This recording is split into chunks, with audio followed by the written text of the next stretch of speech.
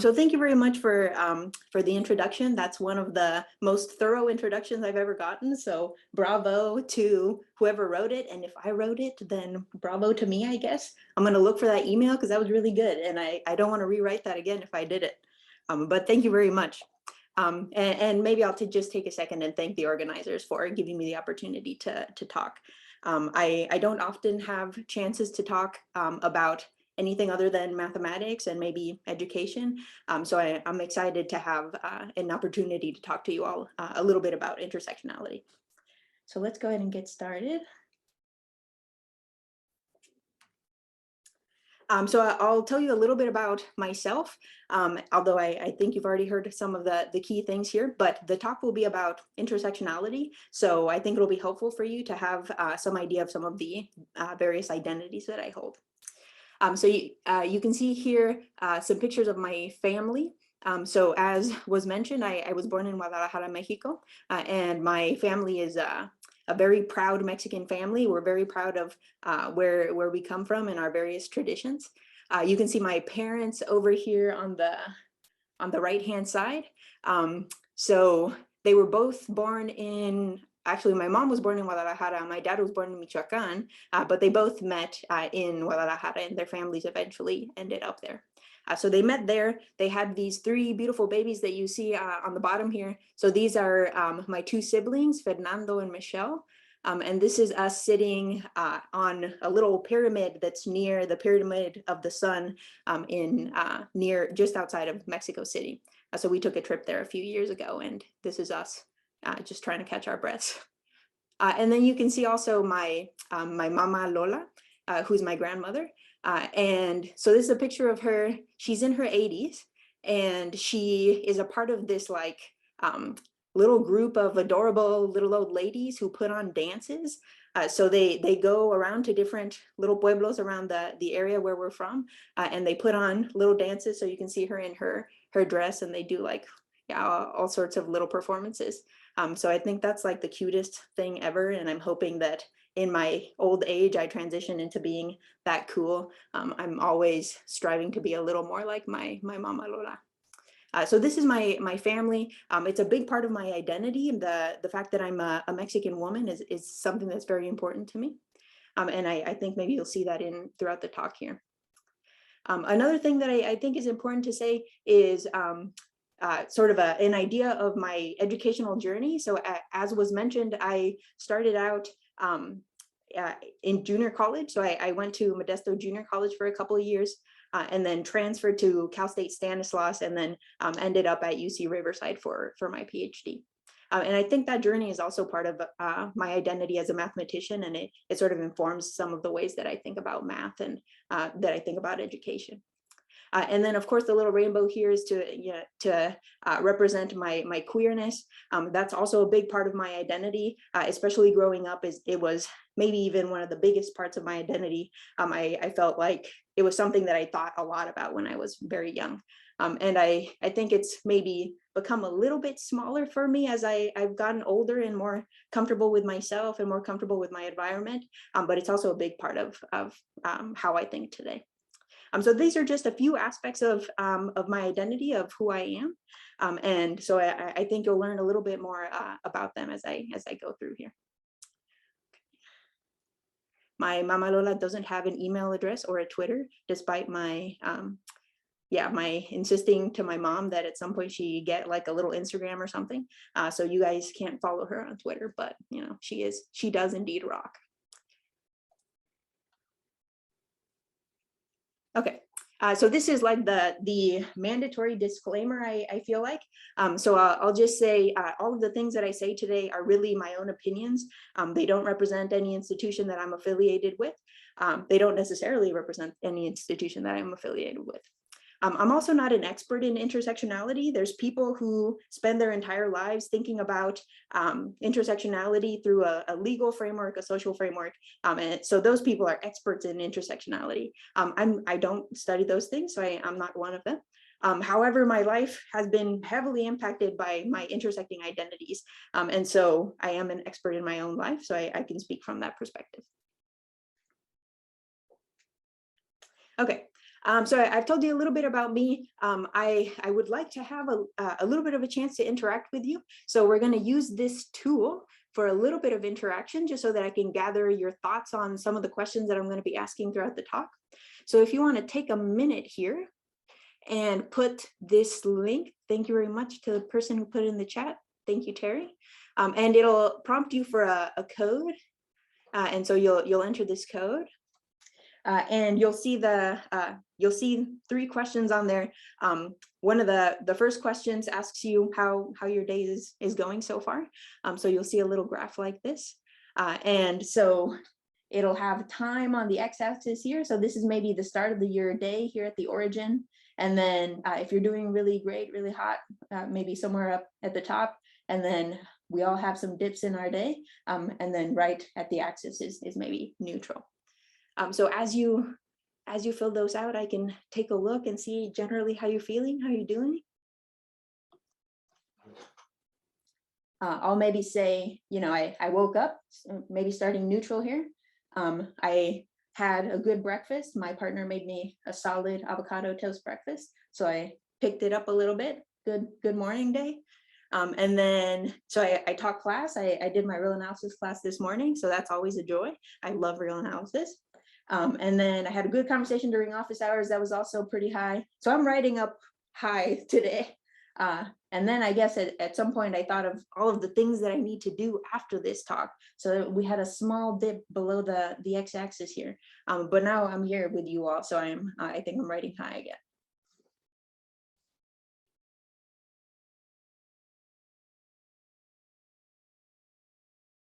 Let's see. Oh, interesting. Yes, so some sine graphs I see. Okay. Okay, some of you having a little bit of a dip in the day, perfectly reasonable. All right. I appreciate some of you labeled now and made sure to say that it was feeling positive, so that's good. Appreciate that. Awesome, awesome. Okay. Okay, so I'll just say, as soon as you do them, you sort of answer the question. Yeah, I can see them, so I can see your various graphs. You don't have to go through the whole set of questions and then hit submit at the end. I can see them as pretty much as soon as you write them in. So it's pretty like in real time. I can sort of see the graphs that you're drawing, and I'm happy to see that many of you are doing well. And for those of you who are having sort of a rough day or a rough morning, then hopefully we can pick it up a little bit today or right now. All right, so we will use this tool moving forward to have a little bit of an interaction between y'all and me. Okay, so what we're going to talk about today, so the crux of the talk is really this idea of intersectionality. Before that, I'll talk a little bit about identity and what it means when I say the word identity. So for both of these, I'm going to have a question. You can already see the question on the formative tool. When you write them in, I'm not going to share anything about who specifically said what. In general, I'm going to try to look and see if there are general trends, general patterns to some of the things that you're saying. But I'm going to try my very best not to say anything too specific. But just keep in mind that what you write, I might share broadly. So I might share broadly what I'm seeing in the responses that you give me, but I won't say anybody's name. Okay, so I also felt like, I'm really into definitions. So I wanted to set just at the beginning here what I mean when I think of the words hidden norm. So for me, a hidden norm is a custom, a truth, a rule, or an expectation that is hidden or that is just unacknowledged. So something that we all sort of follow, some rule that we all sort of follow, but we maybe just don't talk about it, don't acknowledge it, or sometimes even intentionally ignore it.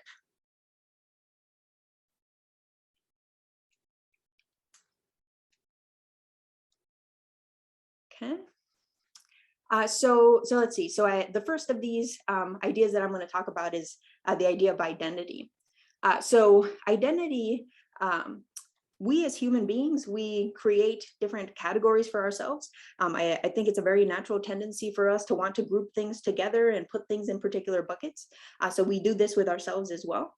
So based on various characteristics or criteria, we develop our sense of identity. So these categories that we create, they could be categories based on sexual orientation, race, class, ability, documentation, right? So that they can be many things, these categories, and each of us holds an identity within those categories. So one thing I'll say is that because these categories are things that we socially construct, they're not super well defined. It's not a carefully crafted definition. So what we mean by these categories might change depending on the context, when we're talking about it, different perspectives. So they aren't super well defined concepts. But we do hold various identities. And I think one way that I've found, so recently I learned of this tool called social identity mapping.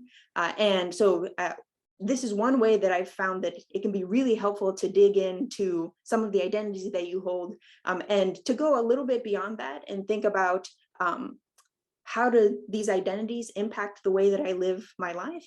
And then how do I feel about the way my identities impact my life? So I'm going to talk to you a little bit about social identity mapping and how we create these maps, with really the aim being that we gain a deeper understanding of our own identities. So you can see a sample of one. This isn't necessarily mine. I pulled this from a graphic, but this is a sample of one. But I'll show you more specifically in a second here. So this is social identity mapping. So it essentially consists of these little pyramid-like structures that you see here. Each of them has 3 tiers. So the top tier, the middle tier here, and then the very bottom. And so these tiers have different components in them. So the first tier is just broadly, what identity do you hold within this category?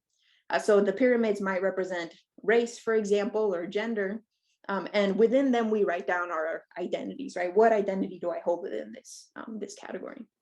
So for me, I identify as a Latinx woman. So I write down Latinx for my race. I also, like I said, identify as a cisgendered woman. So here, when I say cisgendered, I mean that my gender identity matches with the sex that I was assigned at birth. Okay, so I identify as a woman. So that's your first tier, right? Just thinking about what identities do I hold.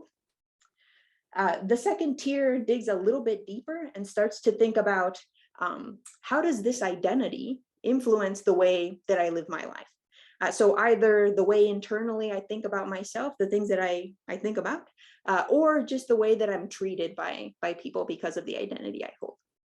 Okay, so that's the second tier here. So I'll talk a little bit about some of the ones that I wrote in here. So I put in here PhD ? So this was one of the first things that came to mind when I was filling out my own little social identity mapping. And one of the ways in which my race impacts the way that I live my life is that often I'm met with disbelief at the idea that I have a PhD. It's one of the most common reactions that I get from people when I first introduce myself as a professor of mathematics. It's usually disbelief. So I put that in there, right? That affects how I live my life. I spend a lot of my life in these professional spaces. So the fact that people don't really believe me initially is something that really impacts me. And then, of course, I'm a Latinx woman. And like I said, my family has always been very proud of that. And so I get to engage in the culture. So that's maybe a positive aspect of how I interacted with the world because of my race. So I get to exchange in the food and the music and the traditions, right? So I get to do that. So that's tier 2, right? How do we live our lives based on our identities? And then tier 3 starts thinking about what feelings do we have attached to both our identity and the way that it impacts our life. So what emotions, what sentiments do we have? So for me, maybe when I'm in professional spaces and there's a sense of disbelief at the fact that I might be a mathematician with a PhD, I initially feel a great amount of sadness, and then it's quickly followed up by a sense of anger. So it can help me understand sort of some of the things that I'm feeling when this happens to me. Because I get to engage in my culture, I also feel a lot of joy attached to that. It's a very joyful experience for me, but I also feel a sense of responsibility, like I have to preserve it, preserve some of the aspects that I feel bring me that joy. Also a sense of responsibility towards the people, right? And in addition to preserving that culture. So the first tier was just what identities do you hold? Second tier is how do those identities impact your life? And then third tier is what sorts of emotions or sentiments do you have attached to your identities and the way they impact your life? Okay. So this can be a helpful exercise to dig into some of your feelings. Specifically, the third tier can be super helpful. A lot of the times we don't really think about how do I feel about this thing that's happening to me or this identity that I hold, but it can be helpful to see it sort of all laid out. For example, one thing that I came to understand when I was looking at my own social identity map was that I was noticing that the word responsibility came up a lot. You can see it down here as well under the little pyramid for my gender. So I realized that many of my identities are attached to a feeling of responsibility or duty that I have. So that was helpful for me. It helped explain some of the ways that I feel at times. So towards the end of the talk, I'm going to share a copy of the slides. And in the slides, you'll see a blank map like this. So you'll be able to fill it in for yourself and have a chance to dig into that yourself.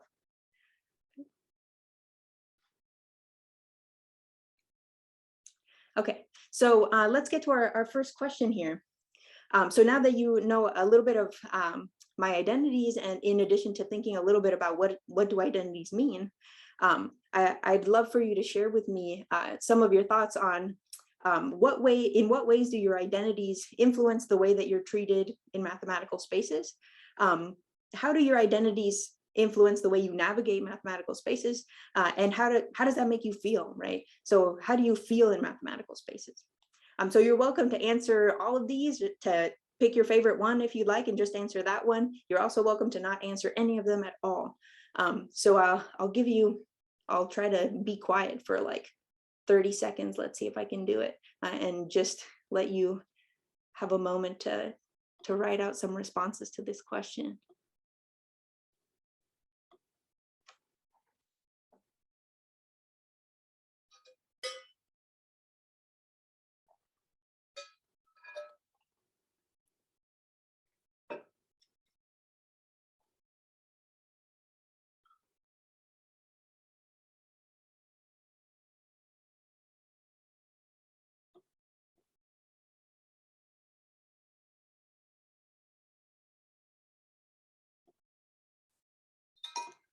So I'll say this is the second question on the formative tool that we started with at the beginning, and I'm hoping that you all can see it.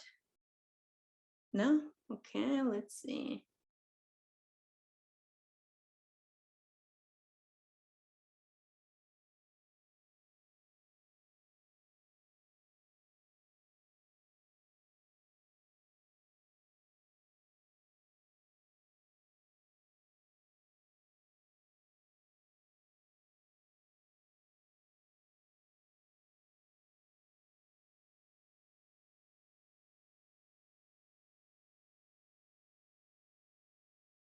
Okay, I'm going to try to see why exactly it's not letting you see that.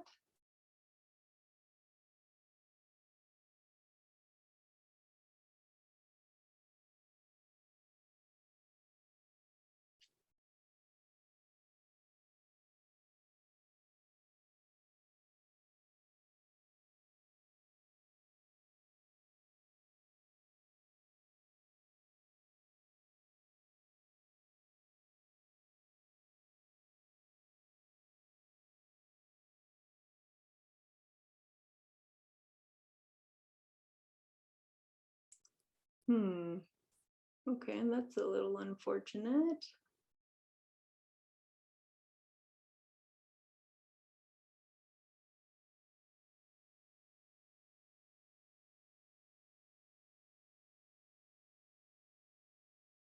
Okay, well, let's see. So we'll do this a little old school then. So I'll ask you to think about this, and then you can share it with me in the direct messages. So so we can do it that way, right?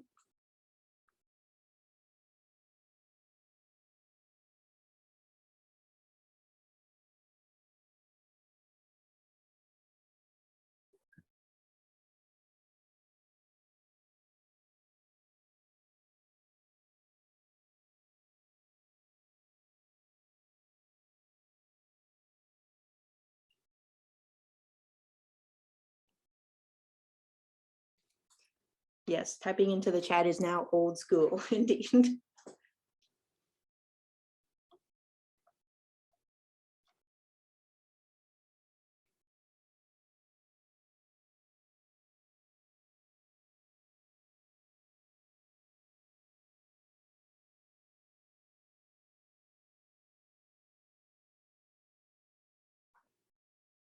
So I'll give you another minute or so to get something ready to go in the chat and send it in the DMs, the direct messages.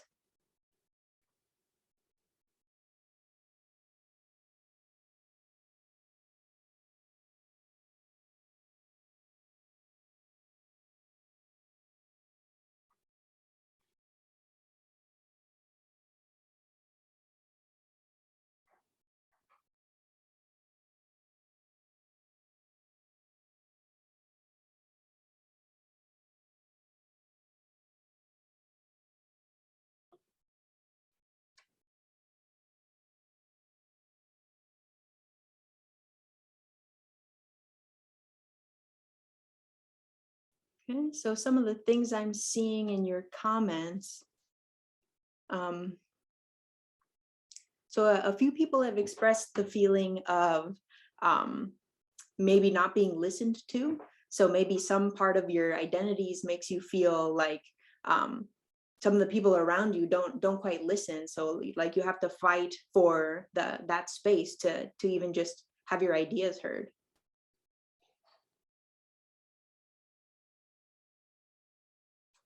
Maybe so some of you expressing just a general feeling of not quite being at ease in mathematical spaces, like you have to have your guard up a little bit.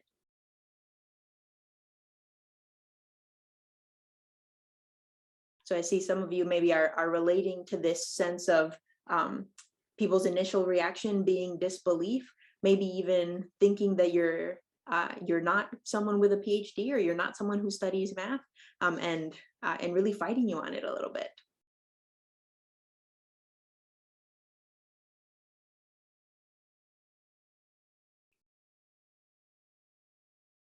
See, and a few of you may be expressing that towards the beginning of your time studying math, it felt a little bit like you had to prove to people that you did indeed belong in those mathematical spaces.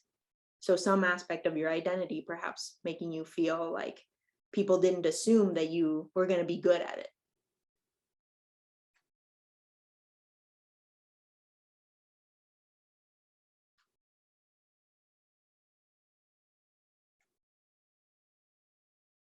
See? Alrighty. So thank you all very much for sharing these ideas with me. Yeah, I can see that you all have we all sort of have some sense of how our identities are impacting the way that we're perceived. And so a lot of these have been sort of feelings like you're really not quite accepted, or not quite comfortable in these mathematical spaces for whatever reason it might be, right? For whatever identity we might hold. Okay, thank you all very much. And thank you for bearing with me on the technical difficulties here. I appreciate you all using the DMs. Okay, so let's move forward a little bit. Okay, so I tried to think about what hidden norms could I see within these ideas of identity and intersectionality. And so this is one of the norms that I came up with. So it says, we associate specific characteristics to particular identities, and this creates a false hierarchy within groups. So I think upon reflection, this norm is really describing the idea of holding biases. So despite our very best intentions, we have perceptions of what people might be, specifics about people, based on just their identities, right? Sometimes identities that we just perceive and maybe that aren't quite exact, or aren't identities that they've expressed to us. So this norm is really talking about the idea of us holding biases. And I think the reason that I write it as a hidden norm is that we really have a hard time accepting that this is still something that we do. And really that it's something that we all do, that we all have these biases, and they are influencing the way that we live our lives and the way that we interact with each other. Okay. So for each of the hidden norms that I could come up with for the talk, I tried to write down a few bullet points of things that we could do to either defend ourselves a little bit from these norms, these oppressive norms, or to go on the offense a little bit. Okay. So here's what, some of the things that I could come up with. So these biases, right, these associations of specific characteristics to particular identities, these are not based in anything super specific or super quantitative or qualitative. These are just associations that we make. A lot of the times they're motivated by the desire to reinforce existing hierarchies. So whatever biases might be associated to some of the identities that you hold, these associations, right, they're false associations. So any bias that people have towards particular groups, those things don't really say anything about you personally. Okay. So anybody can hold these false associations. Anybody can have these biases. Even our very favorite people, even us. Even our mentors, right? All of our teachers, we can all hold these biases, okay? And they can affect all of us. And then the last bullet here is that a lot of the times many times we aren't explicitly saying, young women can't do math. So I think many of us are not saying that out loud, right? And really not even thinking that out loud. So a lot of the times our biases are implicit. They're things that we're not actively thinking about, but things that are sort of running in our subconscious. Okay. So the fact that they're implicit doesn't make them any less hurtful. It doesn't make them any less impactful, right? There's still things that we have to deal with, and the people that are suffering because of these implicit biases, they still feel hurt and they still feel impacted by them.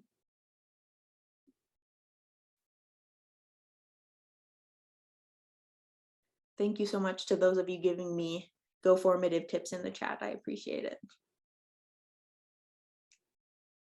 Okay, so I'll move into the main topic of the talk, right, which is this idea of intersectionality. So just briefly, what is intersectionality? So intersectionality is a sociological theory, and it looks at the effects of holding multiple identities in marginalized groups. So for example, these are 3 of my identities. They are all overlapping. So you can picture like a tiny Andrea face right in the middle here, right? So we have all of these various identities, and in their overlap is where we are, right? Where our experience is. So the idea of intersectionality was introduced by civil rights advocate and legal scholar Kimberly Crenshaw. This was a little over 20 years ago. And one example that she uses to describe the motivation for beginning this idea of intersectionality is, so she tells this story of a Black woman who she calls Emma. And so this Black woman was applying for a job at a car manufacturing company. And her job application was rejected, and she filed a lawsuit saying that she was being discriminated against because of her race and gender. And the company defended itself by saying that they did indeed hire women, and they did indeed hire Black people. So so they were saying, well, there's no way that we could be discriminating against you because of your race and gender. Look, we do hire women and we do hire Black people. What they weren't saying was that they did hire women, but they specifically hired white women for sort of secretarial type jobs. And they did hire African-American men, Black men, but they hired them for the sort of manufacturing plant jobs. So they hired specifically Black men. So what the courts weren't seeing was that the overlap of her identities was really why she was being discriminated against. And eventually the court dismissed her suit, saying that it would give her an advantage over white women and over Black men to be able to claim that she was being discriminated against in two directions.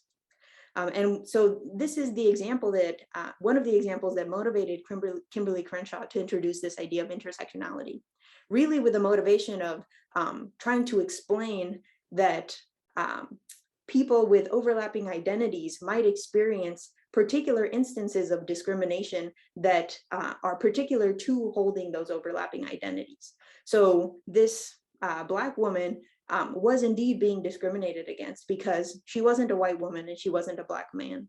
So it really was about the overlapping identities that she held. And that's really the crux of why she was being discriminated against. So Kimberly Crenshaw argues that efforts to address oppressive norms are less impactful if they're not based in intersectionality. So if we're not thinking about intersectionality. And that in fact, without intersectionality, sometimes resistance movements can be framed as being at odds with one another. So things can feel a little bit like we need to take turns, like maybe we advocate for women and everybody else needs to take a little bit of a break while we advocate for women, or maybe we can only advocate for African-American people at a time.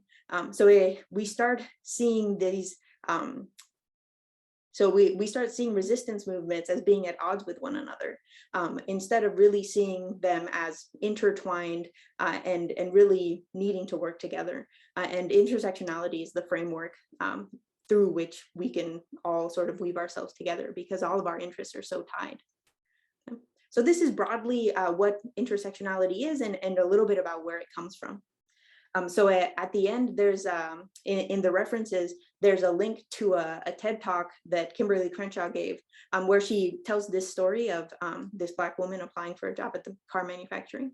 And she talks more broadly about why she introduced this idea of intersectionality. So it's a really powerful TED talk, and it's linked in the references. And so if you have a few minutes after the talk, it's well worth your time. Okay. So here's the next question, and we'll just go ahead and try it in the DMs here. So in what spaces do you feel appreciated and included? Okay. So that's the first part of the question here. And here I'm talking very broadly about spaces, so they don't necessarily have to be mathematical spaces or even spaces within a university. Just think about where do you feel comfortable, right? And maybe it can be within your family, maybe it's within a friend group that you have, maybe it's within a study group you have, maybe you're part of the roller skating club on campus or something, and that's where you feel like you really, you're at home. So what spaces make you feel appreciated, make you feel included? And then see if you can pinpoint, if you can sort of focus on what about those spaces makes you feel that way. So I'll give you maybe a minute or so here to think about this and maybe send something over in the direct messages.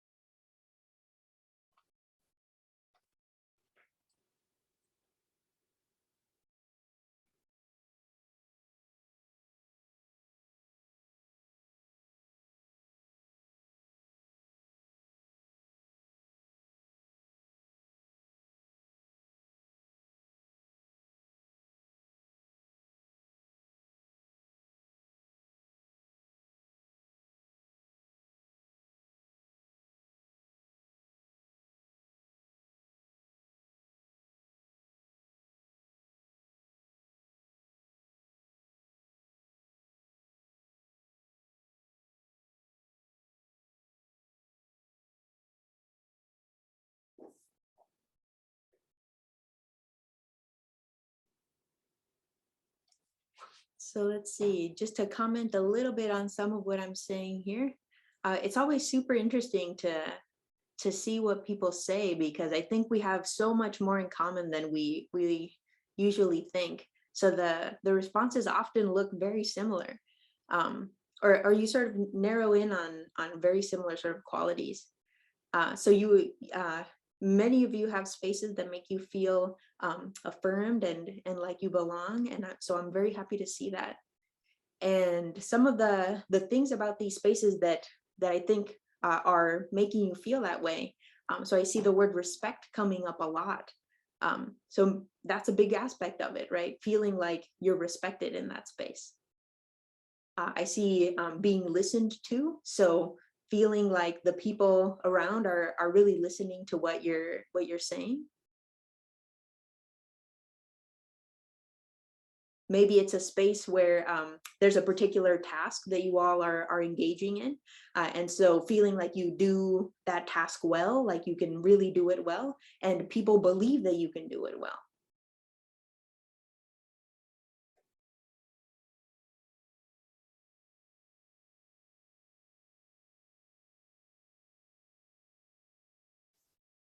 And I see maybe feeling cared for, feeling cared for and loved, right? And so I see some hugs and kisses in there, right? So that can make us feel comfortable as well and make us feel happy and affirmed. Great. Okay. Well, thank you all very much for those of you who shared. I really appreciate it. So I see that you have spaces that make you feel affirmed, and I see the respect, being listened to, feeling like people perceive you as being skilled at whatever task you're doing, and you feel skilled at whatever task you're doing, and just feeling in general a sense of care and love from the people that are around you. Awesome. Okay, thank you very much for all of you who shared. So let's move forward a little bit. So the next one is the norm that I sort of associate with my experience of spaces given my intersecting identities. So the norm that I could think of for this was this one. So this is something that I think this was maybe one of the big lessons that I learned when I was in my 20s, which is that things can be more than one thing at the same time, and that things can be opposing things at the same time.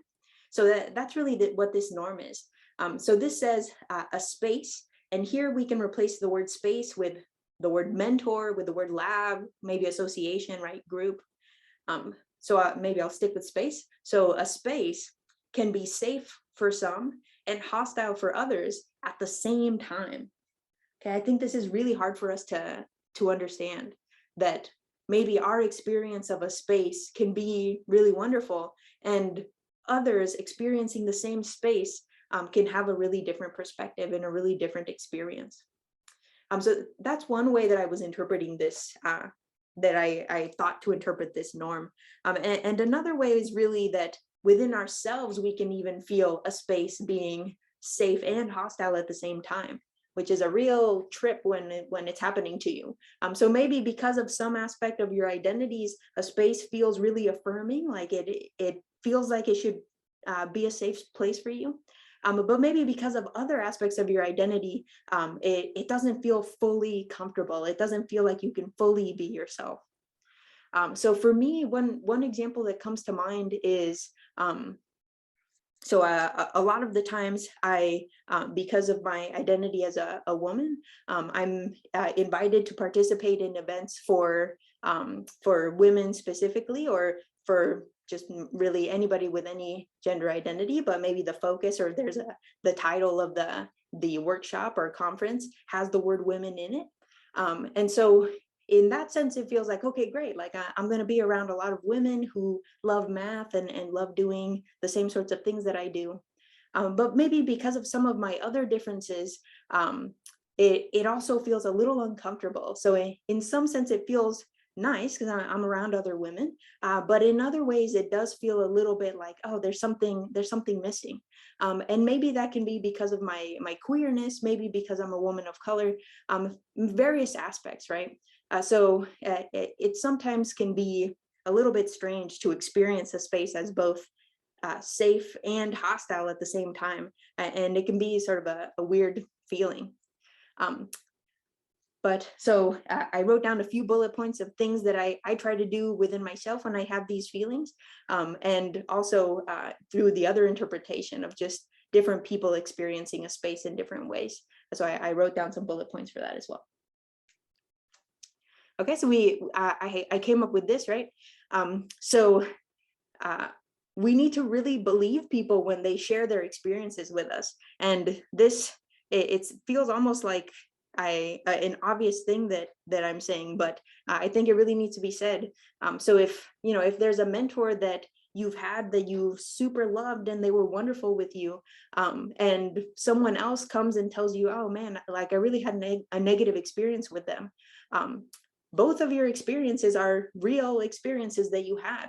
So we really need to believe each other and not initially dismiss each other when we share our experiences with each other. So two people can experience a space very differently and can experience a mentor very differently. And it can be because of our intersecting identities. It can be for many reasons. But in either case, we need to believe each other when we share our experiences with one another. My second tip here is to find spaces that feel affirming. So I'm happy to see that many of you have spaces that make you feel affirmed and like a human being who's loved. So find more of those spaces, right? Especially if some of you are students who are possibly going to be going to grad programs that are outside of your normal circle. So maybe you're moving to a different state, then all of a sudden you have to start up this process of finding these spaces that make you feel good. You have to start that up from scratch, right? So that's a worthy use of time, which is the final bullet on here.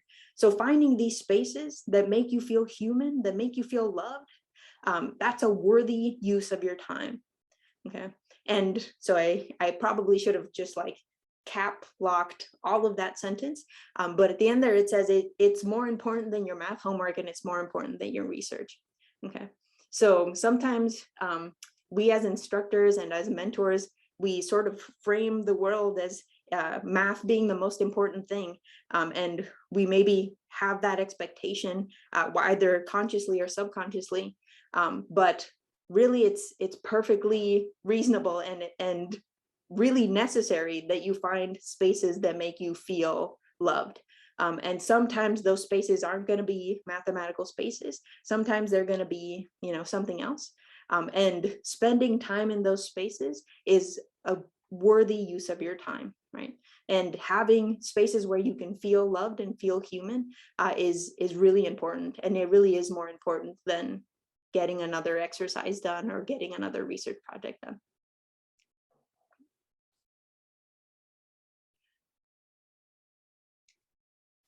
Okay, so we're verging upon the end of my slides here, and then we can just have a chat. So these are just some like straggly tips that I had in my head that I didn't quite know how to fit into the overall narrative of the talk, but I wanted to share with you nonetheless. So I divided these up into 3 little categories. So sort of things that we can do within ourselves, things that we can do within our immediate circle, the people around us, and then things that we can do with a larger community. So I really believe that a lot of the work of addressing our biases and of advocating for ourselves and for the people around us, it really begins with ourselves. A lot of the times we're really eager to get going and have an influence on the world around us. But I think the first step and the most necessary step is that you really do some reflection and address things within yourself first. So I think humility is a huge part of that. So embracing humility, doing everything from a place of humility, I think is really important. And really rejecting complacency. So not being okay with the status quo. Okay. So the second bullet you see on here says we need to inspect our conscious and our unconscious associations. So really I can replace the word associations here with biases. And really think about what are the implications of our biases. So how do these manifest? And this is especially true if you're someone who has some power. So you have some responsibility over other people. So there, it's really important that you think about these things, because it's possible that the people around you, the people who work for you or work with you, can't really tell you those things out loud, right? They can't tell you that something you're doing is making them feel uncomfortable. Or sometimes it's really hard for them to say that. So we need to do the work within ourselves and think about, are there ways that I'm treating the people around me that aren't so good? So that's really within ourselves. Within the circle of people around us, I think it's helpful to seek out many perspectives, to talk to many people. Sometimes we feel a little bit strange talking about things like our identities and our race, our gender, our sexual orientation. Sometimes we feel a little weird talking about those things in mathematical spaces. But we all have these identities, and it's an important part of who we are. So I would encourage you to seek out different perspectives and really hear different people's stories, especially about the ways in which it interacts with their mathematical identity. Okay. And so throughout that whole time of seeking different perspectives, we should remember that no individual experience encompasses the experiences of an entire group. So my experiences as a Latinx woman don't say anything other than what they are for me, right? They are only my experiences, and they don't necessarily represent everyone's experience. Though there are many commonalities, but I'm not representative, right, of an entire group of people.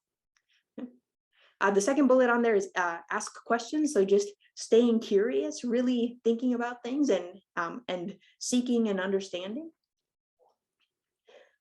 Maybe within the larger community here, I think it's helpful to identify policies, maybe norms. So think about, what are these norms, these things that we maybe don't say out loud or don't acknowledge? So what are they? Are they including people? Are they excluding people? So think about who makes these norms, right? Who creates them? Who can change them? And think about, could we collaboratively create them, collaboratively change them? So sometimes as individuals, we feel a little bit like we can't make anything big happen, like we can't create a big change. But collectively, we can do those things. These norms are things that we create as a group, a society. So these are things that if we can create them, we can change them, and we can make them be whatever we'd like. But we need to do it together. So just keep in mind that collectively, you, the group of people around you, you can make things different. You can make the norms change. So if they're awful norms, you can change them, right? And you can introduce new things in there as well. So these are the last few tips I have for you today. The next page is just some references. So there's a little bit on identity, on intersectionality, and then something else that I didn't quite talk about, which is the idea of positionality, can also be helpful to think about, and some more specific references on the right-hand side here.